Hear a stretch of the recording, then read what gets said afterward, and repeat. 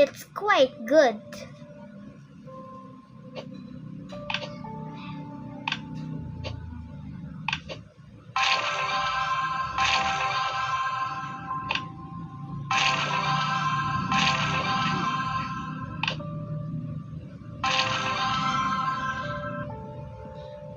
If you want to download Block Blast, you click the Play Store and tap the install. So you can download a Block Blast.